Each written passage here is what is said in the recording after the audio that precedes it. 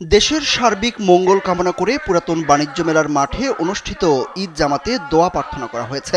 একই সঙ্গে একটি সুন্দর নির্বাচন যেন দ্রুত সময়ের মধ্যে দেয়া যায় তার জন্য প্রার্থনা করা হয়েছে। সোমবার সকাল 8:30টায় রাজধানীর শেরেবাংলা নগরের এই মাঠে ঈদের জামাত অনুষ্ঠিত হয়। ঈদের জামাতের এই আয়োজন করে ঢাকা উত্তর সিটি কর্পোরেশন। ঈদ জামাত শেষে বিশেষ প্রার্থনা করা হয়। জামাতের ইমামতি করেন কারি গোলাম মোস্তফা এবং বিকল্প ইমাম হিসেবে ছিলেন ইসলামিক ফাউন্ডেশনের সহকারী পরিচালক মুফতি জুবায়ের আহমেদ আল আজহারি। মোনাজাতে গোলাম মোস্তফা বলেন, যারা এত সুন্দর একটি ঈদ জামাতের আয়োজন করেছে, আগামীতে আল্লাহ তাদের আরও বড় পরিসরে জামাত আয়োজনের তৌফিক দিক, তাদের নেক হায়াত দান করুক। ভিশনের ফুলঝুরি মেগা অফারে ফ্রিজ কিনলেই পাচ্ছেন 16 পিসের আকর্ষণীয় গিফট বক্স একদম ফ্রি। মোনাজাতে তিনি আরও বলেন, এখানে উপদেষ্টারা আছেন, দেশের শান্তি প্রতিষ্ঠায় তারা কাজ করছেন।